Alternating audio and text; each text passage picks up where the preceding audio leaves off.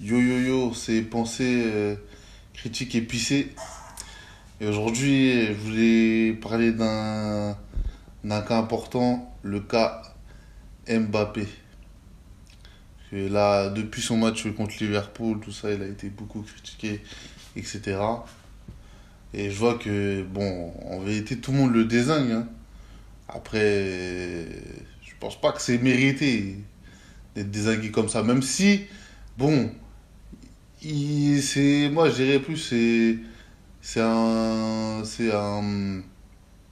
il- c'est le karma en fait. C'est la retourne, hein, parce que lui, il a fait beaucoup de choses au PSG, etc., que les supporters ont mal pris, et maintenant, il prend le retour de bâton, on va dire ça clairement, hein. Aujourd'hui, il prend le retour de bâton. Mais ouais, je voulais faire une analyse un peu sur pourquoi et comment ça peut marcher avec Mbappé au Real. Bon, on va déjà reprendre le pourquoi. Pourquoi, pour mon avis, hein, pourquoi au Real ça ne marche pas actuellement et même avec ça matche pas aussi avec l'équipe. Parce que je pense que en fait il est trop dans un statut politicien. Le fait d'être à Paris, etc., ça l'a trop mis dans un statut politicien que footballeur. C'est-à-dire faire des efforts pour les autres, c'est un truc qu'à Paris, il a jamais fait en fait. Il a toujours joué pour lui, etc. Et là, au Real, on lui dit clairement, ben, Vinicius, c'est le meilleur joueur. Il faut que tu te soumettes à lui. Il faut que tu joues pour lui. Et c'est un truc qu'il n'arrive pas à faire en fait. Et pour moi, je pense que pour atteindre ce niveau de se rabaisser se, ouais, se rabaisser et de jouer pour quelqu'un, peut-être qu'il faudrait qu'il aille voir un psychologue ouais, je pense que ouais, il aurait besoin d'un psy pour parler de sa situation parce que j'ai l'impression qu'il en fait tout tout tout tout tout ce qui est autour de lui là, ça fait que de le détruire mentalement en fait. Parce que t'as sa mère qui gère sa carrière comme si genre c'était le futur Cristiano Ronaldo, alors que sur le terrain, on le voit très bien, il a pas le niveau à Cristiano Ronaldo. Mais sa mère, elle veut le traiter comme si c'était le nouveau CR7, alors que c'est pas du tout le nouveau CR7. Et il est loin d'être le nouveau CR7. Et de toute façon, des nouveaux CR7, il n'y en aura plus. Donc, euh, voilà. Et ouais, autour de lui, il y a ce truc, toute sa famille, tout ce qui. Il a trop ce cocon qui l'empêche voilà, à se mettre dans des dispositions de. Ouais, je vais jouer pour l'équipe, en fait. C'est ça le problème. C'est que je pense que sa famille, il le vend de. Non, t'es le meilleur, t'inquiète. Avec le temps, ça ira mieux, etc. Mais au Real de Madrid, t'as pas le temps en fait. C'est ça le problème, c'est qu'au Real de Madrid, t'as pas le temps. C'est-à-dire, si là, cette saison, t'as un fiasco, l'année prochaine, tu risques de finir sur le banc. Et voilà, tu as pu. Là, quand même, ils sont quand même gentils avec toi, parce que, avec lui quand même, parce que Hazard, moi je me souviens que. euh, il a pas. Pourtant, on peut voir, hein, sur le terrain, il se débrouille pas mal, mais Hazard, ils n'ont pas fait autant de faveurs que lui, hein. Il y a même des Kaka ou des trucs comme ça, des grands joueurs comme ça, ils n'ont pas eu autant de faveurs que Mbappé. C'est pour ça que je me dis, faudrait qu'il aille voir un psy, parce que franchement, en fait, aujourd'hui, Mbappé, c'est devenu un joueur qui est vraiment sur le terrain, il ne sert pratiquement à rien. Bah, de toute façon, il y a les vidéos euh, sur les matchs d'Mbappé, qu'on se concentre seulement sur le match d'Mbappé et tu vois que il ne sert strictement à rien sur un terrain. Sur un terrain de foot, il ne sert strictement à rien. Parce que avant, il avait une importance parce qu'il marquait des buts. Donc Et en plus, il faisait peur à l'adversaire, avec sa vitesse, etc. Il arrivait à les dépasser avec sa vitesse. Mais aujourd'hui, il n'arrive même plus à faire ça. Donc, pour ça, je me dis, aujourd'hui, c'est devenu un joueur limite sous assistance. Parce qu'il a besoin d'un système, il a besoin de certains coéquipiers qui vont lui faciliter dans le jeu. Parce que lui, il est arrivé dans un football où il faut être dans le jeu. C'est-à-dire réussir à dribbler, etc. Il faut être dans le jeu aujourd'hui dans ce football-là. Le football, il a changé, comme lui, il a dit. Le football, il a changé. Et il a pas voulu.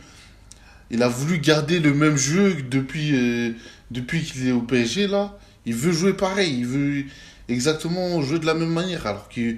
Non, tu peux pas jouer de la même manière. T'es pas au PSG, t'es au Real de Madrid. Et il faut que tu changes ton jeu. Parce que sinon, tu vas flop en fait. Tu peux pas garder le même jeu et rester sur. Et te dire, ouais, je vais aller dans une autre équipe, je vais jouer comme au PSG. Non, c'est pas. Il faut se renouveler dans le foot. Et là, on est dans un foot où on est dans le jeu. C'est-à-dire qu'il faut être dans le jeu, il faut que tu participes au jeu, il faut que tu fasses des dribbles, il faut que tu construises, tu fasses des actions qui construisent pour aller au but, etc. Faut que tu participes dans le jeu comme Benzema il faisait. C'est-à-dire que lui, il était faux neuf, parce que souvent les neufs, eux, ils participent pas dans le jeu, mais ils sont là à la finition. Donc il n'y a pas de problème avec ça. Par exemple, vous prenez un cas comme Lewandowski, il n'est pas là dans le jeu, mais pour planter, il va te la planter. Il n'a pas besoin de 10 passes ou tu lui mets n'importe quel ballon comme des Haaland ou Lewandowski, tu leur mets n'importe quel ballon, ils te la mettent dans les filets. Tu vois, eux, c'est vraiment des buteurs. Ils n'ont pas besoin vraiment de participer dans le jeu. Ils attendent juste le ballon pour te la mettre dans les filets. Donc, eux, tu peux comprendre qu'ils ne participent pas au jeu. Parce que, en fait, si lui, il participe dans le jeu, il va plus handicaper l'équipe qu'autre chose. Mais un mec comme Mbappé, le problème, c'est quoi? C'est que tu joues ailier gauche. Ailier gauche, je suis désolé, t'es pas. T'es sur t'es sur l'aile, c'est-à-dire qu'il y a les latéraux qui passent, etc. Donc il faut que tu sois dans le jeu. En plus, quand on te met en pointe, t'arrives pas à jouer en pointe. Parce qu'il te manque l'intelligence footballistique. Comme j'ai dit, t'arrives pas à t'adapter parce que tu joues comme si. Voilà, il joue comme s'il était au PSG. Et t'es pas au PSG, t'es au Real de Madrid. Et il faut avoir l'intelligence de jouer comme un grand joueur. Et aujourd'hui, il n'a pas cette intelligence-là de grand joueur. De pouvoir changer son jeu selon les situations, etc. Il n'a pas ces capacités-là. Aujourd'hui, clairement, il les a pas. Il les a pas. Et pour moi, c'est pour ça qu'aujourd'hui, il y a beaucoup de gens qui disent ah ouais, il a des problèmes psychologiques, etc. Il se sent pas bien, c'est pour ça qu'il sort des. Non, pour moi, c'est juste que on voit dans le terrain, il est totalement perdu parce que on est dans un football où c'est plus les stats maintenant, c'est dans le jeu, c'est clairement dans le jeu que tout se passe. C'est plus ouais, tu marques des buts, etc. C'est fini cette époque-là. Cette époque-là, elle est résolue. Toi, tu as raté ce coche-là. À ce moment-là, tu aurais dû partir au Real en 2022 où on était full stat, etc. Où tu étais là, tu plantais tes 50 buts. Il fallait partir au Real. Et lui, il est parti vraiment dans les mauvais timings. C'est-à-dire déjà, l'équipe du Real, elle est déjà affaiblie. Toi, tu viens, t'attends pas, faut pas s'attendre à grand-chose en fait de lui. Parce que l'équipe déjà, elle est déjà faible. Tu perds Kroos, Rossellou et Nacho. Des joueurs hyper importants. Parce que au Real de Madrid, comme joueur, comme défenseur, t'as que Rudiger comme joueur défenseur expérimenté. Parce que tous les autres sont tous blessés. Donc t'as que Rudiger. T'as que Rudiger en défense, tu vois. Et c'est compliqué. C'est compliqué. Donc voilà. Dans un Real comme ça, ça va être compliqué pour lui de jouer parce qu'il y a beaucoup de manques au milieu aussi. Il y a très peu de genre d'expérience. Valverde, c'est un jeune encore. Il a de l'expérience, mais c'est pas un Kroos ou Modric. Et t'as Bellingham qui est pas vraiment qui est plus un milieu offensif, c'est pas un milieu constructeur qui va vraiment structurer le milieu de terrain. Parce que là, aujourd'hui, au Real de Madrid, il n'y a personne pour, pour, euh, pour construire le milieu. C'est-à-dire qu'en gros, garder la balle, voilà, que le milieu de terrain soit pas éparpillé partout. Parce que quand on regarde les matchs, le milieu de terrain, il est éparpillé partout. Il n'y a que quand tu mets Modric en 6 que voilà, le jeu il est un peu calme et ça se calme. Le milieu il est un peu calme, ça bouge pas trop, ils sont bien placés, etc. Donc voilà, ils peuvent se faire des 1-2, jouer en triangle, etc. Et pourquoi le grand Real ou le grand Real de Madrid marchait? Parce que avant, tu avais des Casimiro, Kroos, Modric, ça bouge pas. C'est-à-dire le milieu, il va pas bouger. Il reste stable. Il va pas s'éparpiller. Non. Ils savent où se trouver, etc. Même tu prends le milieu de terrain, Xavi, Iniesta et Busquets. C'était, il n'y avait pas de problème parce que Iniesta et Xavi, même à deux, ils maîtrisaient le milieu de terrain. C'est-à-dire, tu veux mettre n'importe qui, tu mettais Mascherano, tu veux mettre n'importe qui, les deux, ils stabilisaient le milieu de terrain. Donc il y avait zéro problème en fait. À deux, ils stabilisaient le milieu de terrain. Donc c'est ça qui... c'est c'est le milieu de terrain, c'est le plus important dans une équipe. Parce que l'attaque, ouais, leur but c'est juste de finir.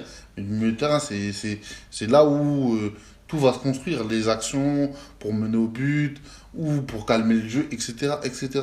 Donc aujourd'hui, au Real de Madrid, t'as pas un bon milieu. Et voilà, et après, on demande à Mbappé de participer au jeu. C'est normal, ne vous attendez pas qu'il fasse de grandes choses parce qu'il n'a jamais eu ces capacités-là. Il n'a jamais été un joueur dans le jeu. Quand il était dans le jeu, c'était quand, oui, quand il jouait milieu droit, mais c'était que, il apportait que de la vitesse dans le jeu en fait. Il faisait que de courir. Il n'a pas apporté de la stabilité, etc. Non, lui, c'était plutôt du jeu vers l'avant, etc. Donc, voilà. Et il y avait, quand il jouait à droite à Monaco, c'était plus ça. C'est-à-dire qu'il ramenait plus le jeu vers l'avant. C'est-à-dire que tu lui passais le ballon, il jouait vers l'avant. Et après, il te ramenait une action, quelqu'un marquait, etc. Et voilà. Ou soit c'était lui qui marquait. Donc là, il n'y avait pas de problème. Mais au PSG, voilà, il a joué à gauche. Et même à un moment, c'était même un espèce de second attaquant qui fait même plus de tâches défensives. Donc c'est compliqué. C'est compliqué de jouer avec des joueurs comme ça qui ne font même plus de tâches défensives. Donc après, ça va nous dire que c'est à cause des coachs aussi. C'est lui aussi qui veut pas écouter ses coachs. Je pense aussi, il veut pas écouter ses coachs. Et même ça, c'est la base dans le football. C'est-à-dire que il faut savoir presser, c'est la base en fait. Peu importe que tu es attaquant ou pas, il faut savoir faire ça. C'est la base en fait dans le football. Sinon, tout le monde peut être footballeur. Hein. Tu mets un mec qui sait juste marquer des buts, mais qui sait pas presser. Et lui, tu donnes 60 ballons, tu lui mets une passe. Chaque passe, tu lui mets, il met un but. Tout le monde perce en fait. À ce moment-là, il y a même des mecs, ils pouvaient te faire des différences juste à des coups francs. Et dans le jeu, et c'était pas hyper important. C'était juste voilà, dans des coups francs, parce qu'ils avaient un bon. Ils avaient bonne frappe de balle. Donc, quand il y avait des coups francs, corner, etc., ils arrivaient à viser leur cible. Donc, ça, en fait, c'est facile. Tu perces pas pour ce genre de qualité. Sinon, en fait, tu fais rentrer pratiquement beaucoup de personnes. C'est pour ça que le football est beaucoup est sévère comment dire ça? Est sévère en termes est très sélectif. Il est très sélectif le football. Donc, c'est pour ces choses-là. Et Mbappé, aujourd'hui, ouais, il arrive fort. Et les solutions pour moi. Parce qu'aujourd'hui, Mbappé, je pense que c'est un joueur. qu'il faut assister. C'est-à-dire il lui faut quelqu'un qui dribble, qui parle un peu la même langue. Moi, je verrais bien un Cherki à côté de lui s'il en attaque. Un Cherki qui puisse communiquer avec lui, en fait. Quelqu'un sur le terrain qui puisse communiquer avec lui. Parce que au Real de Madrid, tout le monde parle notre langue, en fait. Lui, il est habitué à jouer avec des joueurs français. Donc, souvent, on a vu la scène là, avec Bellingham qui ne calcule pas. Bah, après, c'est parce que, gars, c'est pas un Français en fait, gars, c'est tous des internationaux, des étrangers, etc. Donc, normal que lui, c'est. En fait, il a pas grandi en France, lui, il a une autre manière d'être en fait. Donc, en gros, ce genre de réaction, faut pas s'étonner que Mbappé se prend des vents, etc. Parce que il est pas chez lui, hein. Il est pas chez lui, au Real, hein. Là, c'est pas la France, hein, c'est l'Espagne, hein. Donc, t'es loin de chez toi, etc. Donc, en gros, s'il aurait un équipier offensif français avec qui il pourrait parler, ben, c'est pour ça que quand il y avait Benzema, c'était le bon moment. Parce qu'en gros, avec Benzema, il aurait aidé à évoluer. Mais lui, il a fait le têtu. Il a voulu rester au PSG pour on sait pas quelle raison. On sait pas les raisons, peut-être pour financier, je pense. Mais franchement, où il y avait Benzema, c'était le bon moment parce que là, il t'aurait vraiment. Là, franchement, tu seras à côté de Benzema, il aurait vraiment amélioré son jeu. Vraiment, vraiment, vraiment. Parce que là, t'as personne en attaque pour te conseiller, pour te dire qu'est-ce que tu dois faire. Parce que Vinicius, c'est un Brésilien, c'est pas un Français. C'est-à-dire, il va pas te conseiller. Kamavinga, c'est des milieux de terrain. Ils vont rien t'apprendre, en fait. Donc, eux, ils font leur job de milieu de terrain. Et voilà. Ça s'arrête là, en fait. Donc, pour moi, je pense qu'il lui faudrait un offensif français. Parce que, en gros, quand on le voyait en équipe de France avec Giroud, ça se passe très bien. Ça se passe très bien, même avec Benzema. Tu vois, quand il y a un vrai attaquant de pointe, quand il y a un vrai attaquant de pointe, il se débrouille très très bien, Kylian. Mais c'est juste là, au Real de Madrid, t'es tout seul en attaque. Il n'y a personne qui parle ta langue. Arda Güler, il parle turc. Brahim Diaz, il parle espagnol. C'est compliqué, c'est compliqué. Donc, pour moi, un joueur comme lui, il lui faut, pour qu'il performe bien, il faut qu'il soit accompagné. Parce que je pense qu'aujourd'hui, dans cette équipe-là, il peut pas. Il peut pas. Parce que en attaque, tu vas parler à qui? Pour te donner vraiment des conseils, comment te placer.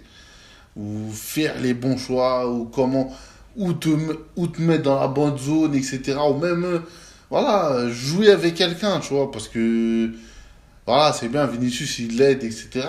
Mais voilà, il n'y a pas de.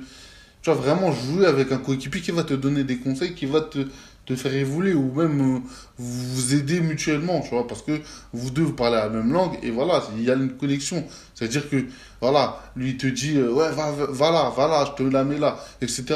Ouais, va là-bas, ouais, tu vois. C'est pour ça que, pour moi, la solution, ça aurait été de, ouais, pourquoi pas recruter Cherki, mettre un Français à côté de lui. Parce que pour moi, aujourd'hui, c'est un joueur assisté à Mbappé, hein. C'est plus le grand joueur que d'avant. Donc voilà. Pour moi, ma solution, ça serait ça. Donc voilà. Dites-moi ce que vous en pensez. En tout cas, force à lui, hein, parce que ça doit être dur. Euh, Quand t'as toute la terre contre toi et que t'es enfermé dans ta bulle, ça doit être compliqué. Et en plus, tu vois que même dans le match contre Liverpool, on dirait il était ailleurs. Vraiment, quand il perd la balle contre Salah, là, il est vraiment. Soit il est perdu, soit il était, je sais pas, on dirait il n'était pas dans le match en fait. Et j'ai l'impression à un moment, il avait un moment de déconnexion. En gros, il était complètement ailleurs en fait. Il était complètement ailleurs. Il y a les vidéos hein, si vous voulez voir, hein. Et la récupération de Salah, où ils font l'action là sur c'est à 3 minutes, je crois, et Asensio sauve sur la ligne. C'est à ce moment-là. Du coup, ouais, il était complètement perdu. Il était complètement perdu. Je sais pas si c'est à cause du système ou je sais pas, mais en tout cas, il était complètement perdu. Je sais pas qu'est-ce qui est arrivé à ce moment-là. Donc ouais, non, franchement, le match Liverpool, ça a dû être compliqué pour lui, hein. Ça a dû être compliqué pour lui. En tout cas, voilà, courage à lui. Et après, moi, j'espère que qu'il aille voir un psychologue, hein. Parce que je pense que ça l'aiderait beaucoup d'aller voir un psychologue que d'être entouré de plein de gens qui, voilà, ils sont là autour de toi, ils disent, mais non, t'as été bon, mais non, c'est toi le meilleur, c'est juste qu'il te faut du temps, c'est pas bon, il te faut quelqu'un qui dise la vérité, un psychologue, tu le payes, et voilà, il va dire, il va, il va t'écouter, il va te dire, ouais, etc., parce que toi, t'as des problèmes, mais ton entourage, eux, ils te voient comme Mbappé, en fait, ils te voient comme Mbappé, ils te voient pas comme un humain. Ils ne te voient pas comme un humain, ils te voient comme Mbappé, la superstar, il a réussi son rêve, etc. C'est ça aussi le problème. Donc voilà. Moi, je pense que la solution, vraiment, un psy voilà, ou soit ou soit recruter un Français en attaque avec lui, comme ça, ils puissent s'entraider les deux, et voilà. Et voilà, comme ça, ils ne puissent pas foirer son transfert au Real, parce que là, on est bien parti sur le foirage, le foirage du siècle, hein. C'est le foirage du siècle, hein. Et je pense que Florentino Pérez, là, il va pas s'en remettre, hein. C'est ça flop là. Je pense que même là, il s'en remet pas, là. Il s'en remet pas, parce que il voulait tellement que là, ça vire un peu au cauchemar, hein, alors, cette histoire de Mbappé là. En tout cas, j'en ai terminé là. Et voilà. Donnez vos avis si vous avez des avis par rapport au cas Mbappé. Moi, je voulais faire un petit cas Mbappé parce qu'il n'y a pas trop de gens qui parlent de ça, etc. Donc voilà. Tchuss.